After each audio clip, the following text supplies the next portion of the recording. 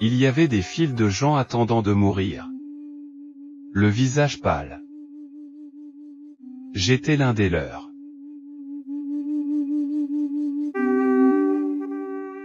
Il ne me restait plus beaucoup de temps avant ma mort. Encore moins pour manger un bol de nouilles. J'ai pensé que je devrais paniquer. Mais étonnamment, je me suis senti calme. Peut-être que mes péchés étaient trop profonds. En acceptant la mort, j'aurais l'impression que la malédiction avait été levée. Et que tout était revenu à son état d'origine.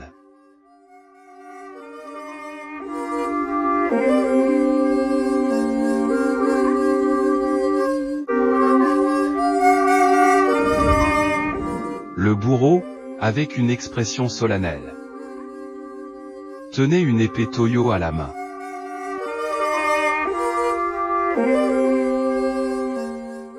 La pointe du couteau pointait vers le haut alors qu'il était assis, ressemblant à une sculpture en marbre.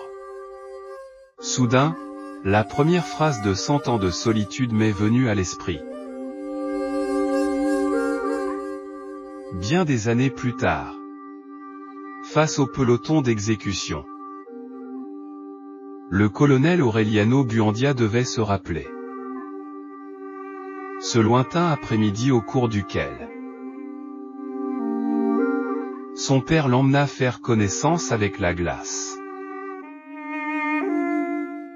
Je ne m'attendais pas à ce que, face à ma propre exécution, sans me souvenir de ma pauvre enfance, je réfléchisse dans ce sens. C'était comme un bref répit, permettant à mon esprit d'échapper à la cruelle réalité, et de s'envoler au loin. En fait, j'ai commencé à me sentir reconnaissant d'avoir déjà été une personne ayant une formation littéraire. 2. Le commandant a signalé que l'exécution commence immédiatement.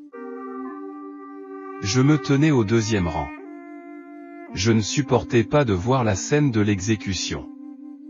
Cependant, après réflexion, j'ai réalisé que j'étais celui qui faisait face à la mort, et qu'il ne me restait que quelques minutes pour ressentir la peur.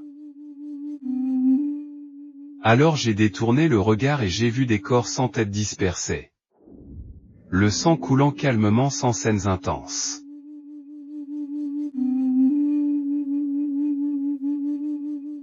Le temps passait vite. Maintenant, il ne reste plus que 3 personnes devant moi. Puis 2. 1. Finalement, ce fut mon tour. Mon cœur sortit presque de ma poitrine.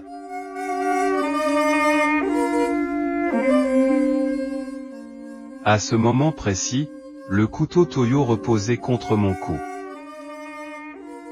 Et le bourreau l'a coupé. Mais, toujours conscient, j'ai senti une vague de sang chaud jaillir de mon cou. Il semblait que je n'étais pas mort. Au lieu de cela, j'ai senti beaucoup de sang bouillir dans ma bouche. Étonnamment, ma vision était toujours intacte. Je me suis demandé pourquoi je ne m'étais pas évanoui à cause de la douleur extrême. Devant moi, une femme a levé son appareil photo, dans l'intention de capturer mon horrible apparence. Arrête! Je n'étais absolument pas disposé à ce qu'elle me photographie. 3. J'avais commis un crime. Et je cherchais une mort volontaire et paisible. Comment ont-ils pu me soumettre à cet état à moitié mort? Ai-je dû endurer des douleurs prolongées? Est-ce qu'ils ont dû prendre des photos étranges de moi? Cela m'a mis extrêmement en colère. J'ai dû l'arrêter. Une immense colère a envahi mon corps, dévorant mon cœur et mon esprit. J'ai fait une tentative désespérée pour arrêter les actions de la femme. À ce moment précis, j'avais l'impression d'avoir franchi une épaisse barrière. Soudain, mon corps s'est réveillé, devenant léger. Je me suis retrouvé à flotter dans les airs, m'élevant sans effort vers la femme. Elle poussa un cri terrifié et s'enfuit, laissant tomber son appareil photo au sol. Les autres étaient également horrifiés, se dispersant dans toutes les directions. En un clin d'œil, l'endroit redevint désolé. 4. J'ai aperçu mon propre cadavre. Une image terrifiante, à peine reconnaissable comme étant moi-même. Je me sentais étrange et surnaturel. Je flottais dans les airs, à environ 1 mètre du sol.